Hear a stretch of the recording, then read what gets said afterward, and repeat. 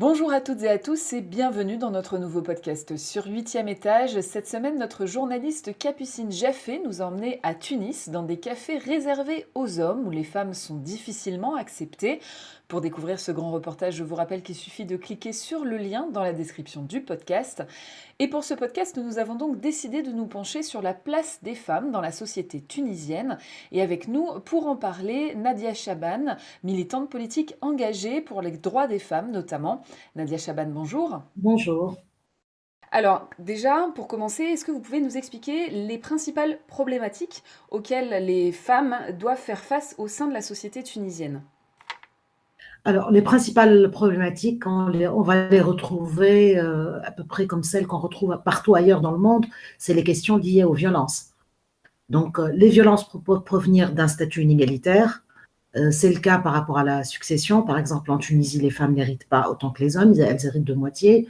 Mais elles sont surtout des violences produites par les hommes dans les sociétés.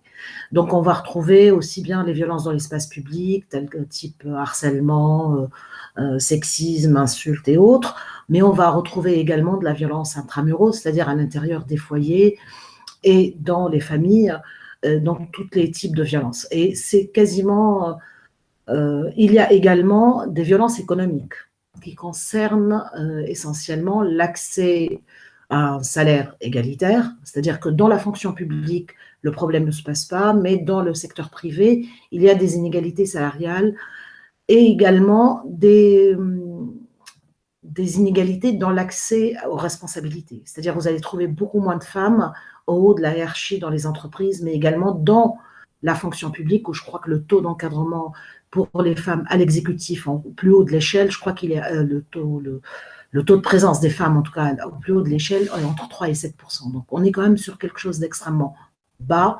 Je parle d'exécutif, là, je ne parle pas d'encadrement. Et ceci vient un peu en contradiction par rapport au statut des femmes dans la société elle-même et la place qu'elles occupent, en tout cas dans l'éducation nationale, dans l'accès à l'université, où elles sont plutôt majoritaires. Elles sont majoritaires à être diplômées sur les dernières années, et pourtant elles sont majoritaires aussi à être au chômage, dans la même catégorie. Donc on retrouve des disparités extrêmement importantes à ce niveau-là, puisque le taux de chômage des jeunes femmes diplômées est du double quasiment de celui des garçons. Et le taux de chômage des femmes en général est de 25% contre 15% pour les hommes au niveau national. Donc on est quand même sur quelque chose qui est extrêmement présent en termes de violence économique et de discrimination réelle vécue par les femmes tunisiennes. Et c'est à peu près les mêmes ingrédients qu'on retrouvera ailleurs d'ailleurs, hein. Moi qui vis en partie en France et en Tunisie, je m'aperçois qu'on retrouve à peu près des similitudes sur un certain nombre de points. Alors, on va revenir notamment sur la question des violences physiques, pour le coup, cette fois faites aux femmes, puisque le 26 juillet dernier, il y a une loi qui a été votée par le Parlement tunisien pour lutter contre les violences faites aux femmes. Est-ce que vous avez pu constater des changements, même légers, depuis le vote de cette loi? Alors, je pense que c'est un peu prématuré d'en faire le bilan, sachant qu'elle a été votée le 26 juillet, mais mise réellement en pratique à partir de février 2017. Tout simplement parce qu'il a fallu promulguer un certain nombre de décrets, mettre en place tous les dispositifs qui étaient prévus dans la loi, et d'ailleurs certains dispositifs vont mettre plusieurs années à se mettre en place. Parce qu'elle est 2018, peut-être. Février dernier, vous voulez dire? février 2017, 18, oui, excusez-moi. Non, pour être sûr. Si vous voulez, c'est une loi intégrale. Donc, qui dit loi intégrale, dit elle touche à plusieurs aspects. Comme il y a un dispositif de prévention extrêmement important, pour le déployer, il a fallu plusieurs mois parce qu'il est applicable à 6 ministères. Il y a 6 ministères qui sont concernés par la prévention. Donc aussi bien l'éducation nationale que jeunesse et sport, que le ministère des Affaires religieuses, que le ministère des Femmes, mais aussi le travail. Donc il y a quand même énormément de partenaires à associer à la mise en place et impliqué dans la mise en place d'une stratégie de prévention. Donc, ceci met plusieurs mois. Donc, on verra les effets dans quelques temps. On ne le fera pas maintenant. Il y a les aspects accompagnement qui nécessitaient d'emblée l'implication du tissu associatif dans la prise en charge et l'accompagnement, parce que l'État seul ne dispose pas de suffisamment, n'a pas d'espace d'accueil déjà aujourd'hui. Il y a très peu de foyers et en même temps, il y a des associations qui sont beaucoup investies sur ce territoire et qui aujourd'hui remplissent cette... Mais il faut redéfinir les rôles des uns et des autres, travailler sur les orientations, travailler sur l'implication de tous les partenaires dans la prise en charge. Il y a également à revoir un peu la formation des policiers qui accueillent dans les commissariats et également mettre en place un dispositif d'accueil spécifique. Donc tout ça a pris du temps et tout ça est en train de se mettre en place petit à petit. Donc aujourd'hui, difficile d'en évaluer l'impact et la répercussion, mais je peux vous dire que par contre, cette loi a eu l'avantage, ou elle a bénéficié, en tout cas, c'est pas un avantage, elle a bénéficié d'une médiatisation extrêmement importante et il y a eu un débat extrêmement important dans la société. Et il y a eu une implication de la société civile dans l'élaboration même du texte de loi et au moment du vote, il y a eu une implication dans même l'influence sur certains votes qui n'étaient pas conformes à ce qui était attendu par les féministes. Donc, à ce niveau-là, il y a un premier objectif à la rigueur de sensibilisation qui a été atteint et qui a engagé des campagnes derrière au travers le tissu associatif et l'implication dans différentes régions de différents acteurs sur cette problématique. Donc, on ne peut pas dire qu'aujourd'hui, ce n'est pas une problématique identifiée, reconnue et en tout cas prise en charge, mais bien au contraire, c'est quelque chose qui mobilise et qui, en tout cas, où il y a une sensibilisation de fait. Ça ne met pas fin aux violences, mais en tout cas, il y a eu un amorçage, en tout cas, du travail à faire sur la thématique. Juste un dernier mot à ce propos. On a constaté, par exemple, une augmentation pas des signalements, mais des plaintes. Alors, ça ne veut pas dire que les violences ont augmenté, au contraire, ça veut dire que les femmes sont beaucoup plus sensibilisées sur cette question et qu'elles portent plainte plus facilement. Ça, par contre, ça a été observé au niveau des chiffres de la police sur les derniers mois où le nombre de plaignantes a vraiment explosé. D'accord, ce qui est, oui, ce qui est une bonne chose et une mauvaise chose. Mauvaise chose parce qu'on réalise aussi tout le travail qui reste à faire, mais une bonne chose puisque bah, ça a permis, en tout cas, aux femmes de pouvoir au moins parler. Une parole et d'en parler tout à fait et de refuser. Et ça a permis aux femmes, à certaines femmes qui étaient dans une forme de frilosité autre, de se sentir portées par les autres aussi. Alors, j'allais vous demander si les militantes féministes, justement, est-ce que y a une sorte de satisfaction sur le texte qui a été voté au final, ou est-ce qu'il y a des lacunes peut-être qui sont encore pointées du doigt? Alors, au niveau du texte, je pense qu'il y a une satisfaction à peu près au niveau de tout le mouvement féministe. Par contre, on était dans l'attente de voir au niveau de l'application de comment ça allait se faire. Et les attentes portent également sur les questions d'inégalité et de violence économique. Là-dessus, on n'avait pas beaucoup de visibilité, donc ce qui va être mis en place sur les prochains mois va être déterminant un peu dans la manière de mettre fin à ces violences économiques. Donc, pour le moment, on est encore en phase d'observation plutôt qu'en phase de tirer des conclusions parce qu'on n'a pas encore réellement suffisamment de recul et de distanciation par rapport à ce qui a été fait.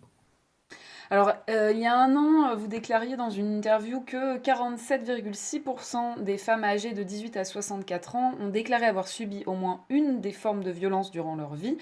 Et la violence conjugale demeure la première cause de décès des femmes âgées entre 16 et 44 ans. Aujourd'hui, où en sommes-nous? Surtout là, vous nous disiez qu'il y avait des chiffres peut-être qui avaient été à nouveau mis en avant, ou en tout cas le nombre de plaintes qui avait augmenté. Est-ce que ça nous permet de faire peut-être une comparaison par rapport à...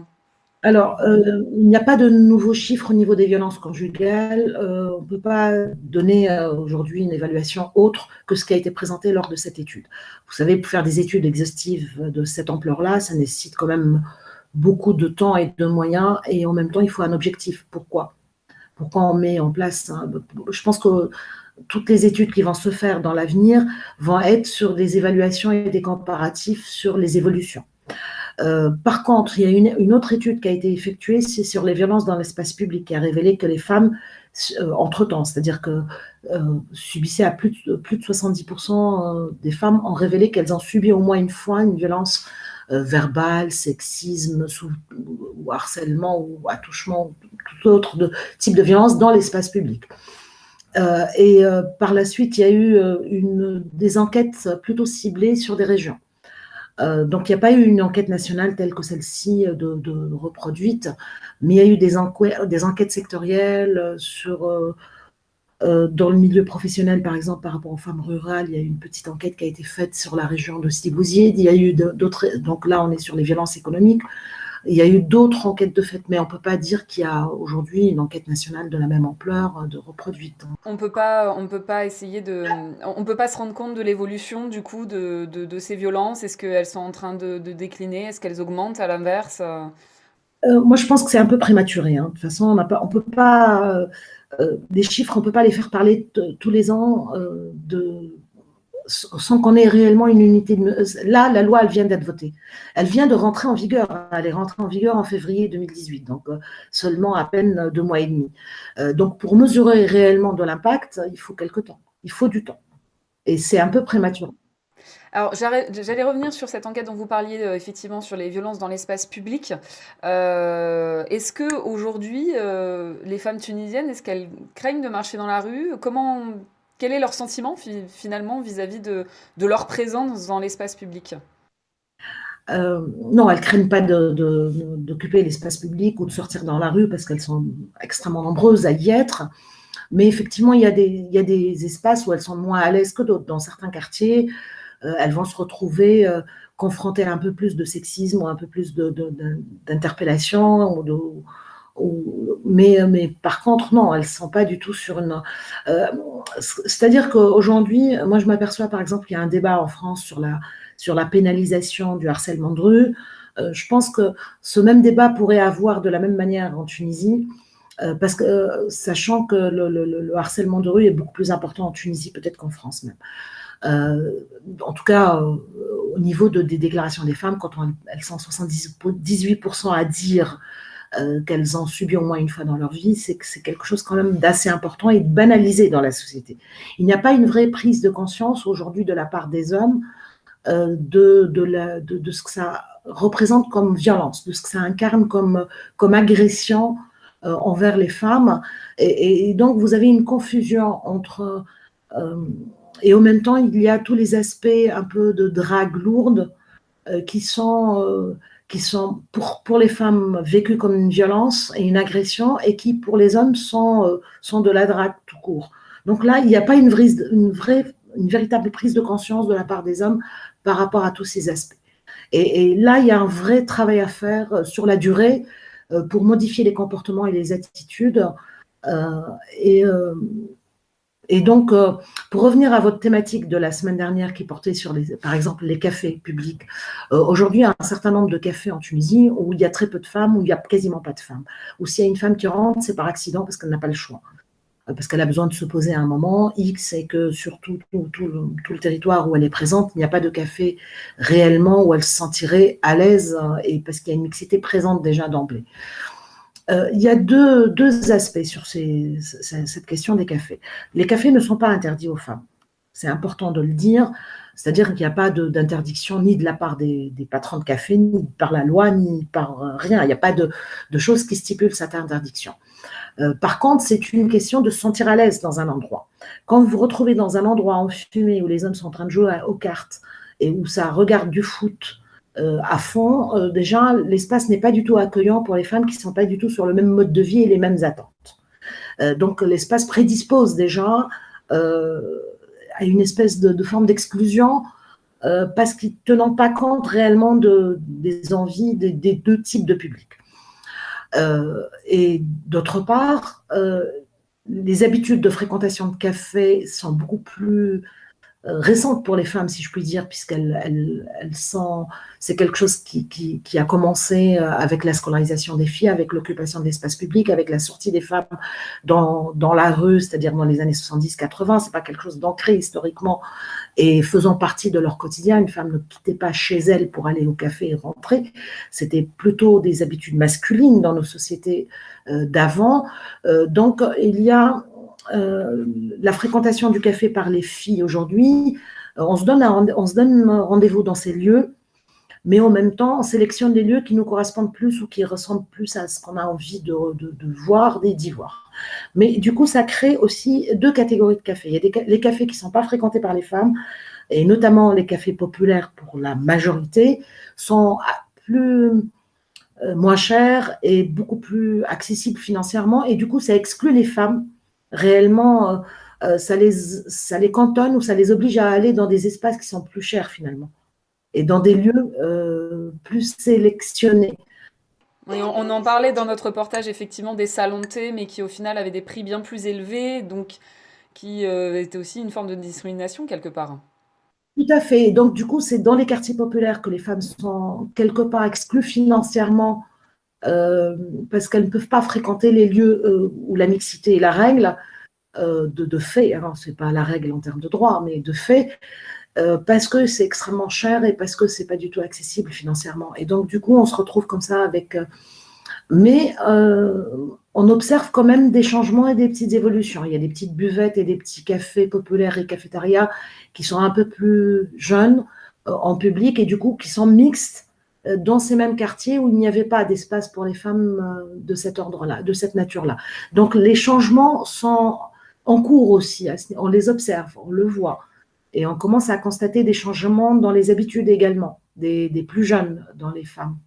Alors justement, c'était la question qu'on se posait par rapport à ces cafés. Est-ce que finalement, c'est vraiment est-ce qu'ils sont vraiment le reflet de la société tunisienne d'aujourd'hui ou plutôt celle d'il y a quelques années? Est-ce que les hommes, par exemple, de 30 ans, partagent vraiment l'avis de leurs aînés sur cette question-là? J'ai l'impression que vous avez un petit peu répondu en disant qu'il y a maintenant des cafés populaires plus mixtes qui sont en train de voir le jour, plus jeunes aussi. Moi, je pense qu'il reflète la diversité de la société tunisienne parce qu'il y a une société tunisienne qui a des pratiques très variées et on ne peut pas comparer les grandes villes aux petites villes, on ne peut pas comparer les campagnes aux villes et on va retrouver des us et coutumes qui s'installent, qui changent, qui évoluent dans ces différents espaces. Quand vous retrouvez par exemple, pour avoir fréquenté par exemple une ville à peu près régulièrement, une ville de l'intérieur qui est le Gasserine, je me suis rendu compte qu'il y a 5 ans à Gasserine, quand je voulais aller manger quelque part ou boire un café quelque part, j'avais un peu de mal à trouver des espaces qui me correspondent ou des espaces euh, qui soient inscrits dans une mixité, mais en même temps populaires et normaux, quoi. Je veux dire, je parle pas de haut de gamme et de trucs VIP et autres. Et bah, il y a 5-6 ans, j'avais du mal à trouver, et aujourd'hui, il y en a. Et je trouve autant de restaurants que de cafés ouverts et dans une mixité totale, avec un changement radical au niveau des pratiques. Et ça a modifié également le rapport à l'espace public des filles qui vivaient à Al-Ghaslin, qui ne fréquentaient pas les cafés avant. C'est-à-dire il a suffi qu'il y ait une offre plus adaptée et qui corresponde à leurs attentes pour qu'elles s'y installent et qu'elles fréquentent ces espaces. Donc à chaque fois, voilà, les changements sont à l'œuvre. On le voit à différents niveaux. Et je pense que c'est un commerçant répond à une demande en face. Donc, quelque part, s'il y a une offre qui existe, il y a une réponse en face. Et ces évolutions tiennent compte de cela. Ouais, les mentalités évoluent malgré tout, quoi. Tout à fait, tout à fait. Et en même temps, les espaces qui sont un peu plus... vous allez vous retrouver aussi avec des salantés, il n'y a quasiment que des femmes. Vous allez vous retrouver également... Donc, je veux dire, il n'y a pas d'interdiction pour les uns ou pour les autres. C'est des questions d'affinité et d'appropriation de l'espace. Si l'espace est dirigé par une femme, par exemple, elle va avoir tendance aussi peut-être à vouloir créer quelque chose d'un peu plus féminin en termes je ne sais pas, d'environnement et autres. On a vu ça dans certains médinas, dans quelques villes là, en Tunisie, et on retrouve du coup cette population qui se sentait exclue des cafés populaires des médinas fréquentait un peu plus ces salons de thé là qui ouvraient. Donc vous voyez, c'est la ville est en pleine transformation et la société tunisienne est en pleine mutation aujourd'hui. Et il y a des changements à l'œuvre qu'on observe quasiment tous les jours. Moi, d'un mois sur l'autre, je vois des choses des nouveaux espaces qui ouvrent, des espaces qui étaient loin d'être, euh, euh, qu'on pouvait très difficilement imaginer, en tout cas à un moment.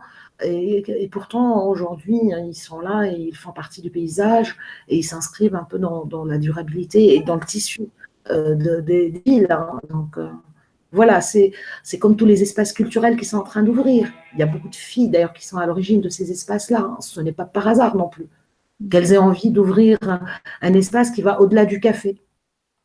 Donc, et qui est plutôt un lieu de rencontre. Donc, c'est aussi poser la question différemment. Et les réponses existent aujourd'hui différemment aussi. Les femmes ont joué un rôle décisif lors du printemps arabe. Est-ce que vous pensez que ça a pu entraîner aussi une évolution des mentalités dans la société tunisienne à partir de ce moment-là? Moi, je pense que ça a un peu bougé les choses. Ça a accéléré un certain nombre de choses parce que je vois par exemple sur sur 2011 et le débat qui a eu lieu sur la question de la parité et de la participation des femmes aux élections. C'est-à-dire en 2014, quand on a voté la Constitution, quand on a voté la loi électorale, il n'était plus question de remettre en cause réellement la parité. Par contre, la bataille a été sur de quelle parité on parle. Est-ce qu'on parle d'une parité totale, verticale et horizontale, ou bien de parité de liste uniquement? Et la loi qui a suivi un an après, c'est-à-dire sur le code électoral local, on est passé au vertical et horizontal. Ça veut dire qu'on a évolué dans la manière d'entrevoir les choses. Et ce qui était de l'ordre du difficile à passer en 2011, c'est-à-dire la parité qui est passée un peu au forceps en 2011, est passée de manière un peu plus sereine en 2014 dans la Constitution, est devenu un droit constitutionnel, c'est-à-dire qu'il n'y a plus à en débattre ni à reculer à ce propos. Et ben, ça modifiait aussi le regard porté sur d'autres institutions. Du coup, on voit de la demande de parité aujourd'hui dans des institutions. On pointe l'absence de femmes dans les directions. Du coup, il y a énormément de structures qui se sentent obligées de justifier le fait qu'il n'y ait pas de femmes à leur tête ou qu'il n'y ait pas de femmes dans leur direction et autres. Donc, vous voyez, et ceci, plus vous avez des femmes qui vont être à la tête d'exécutifs, qui vont être présentes dans l'espace de décision et autres, et plus les autres, ben, ça tire le débat et du coup ça désenclave et ça amène à ce que des femmes qui ne se voyaient pas et qui n'osaient pas laisser parler leur ambition, ne laissaient pas laisser parler leur envie d'y accéder, d'y arriver, bah, elles trouvent plutôt du terrain propice, plus propice en tout cas aujourd'hui, et elles trouvent des facilitations qu'elles n'auraient pas eues il y a 10 ans ou il y a même 7 ans, hein, tout ça. Donc ceci fait évoluer la société malgré elles. C'est-à-dire qu'aujourd'hui, aucun homme n'oserait dire oui, mais c'est pas normal qu'on parle de parité aujourd'hui, il faut on remet ça en cause. C'est plus possible. Et là, c'est une avancée extrêmement importante. Parce que c'est ça qui fait bouger aussi les mentalités. Parce que du coup, par exemple, même la question de la banalisation des violences ou autres, on voit bien qu'il y a aujourd'hui beaucoup plus de personnes qui vont être vigilantes et qui ne vont plus rien laisser passer. On a vu beaucoup de femmes se mobiliser sur des émissions de télé où il y avait du sexisme à l'œuvre et aller porter plainte et saisir la AICA, qui est l'instance de régulation. Donc, vous voyez, tout ça fait bouger les choses. Il y a la prise de conscience et le fait de disposer de lois et de moyens derrière, de pouvoir l'exprimer, je veux dire, c'est ça qui est en train de faire bouger la société tunisienne. Mais pas seulement la société tunisienne, parce qu'il y a aussi de l'interaction avec ce qui se passe ailleurs dans le monde aujourd'hui. Qu'est-ce que vous répondez lorsque vous voyez écrit ou lorsque l'on vous dit que la Tunisie est considérée comme une pionnière dans le monde arabe en matière de droits des femmes?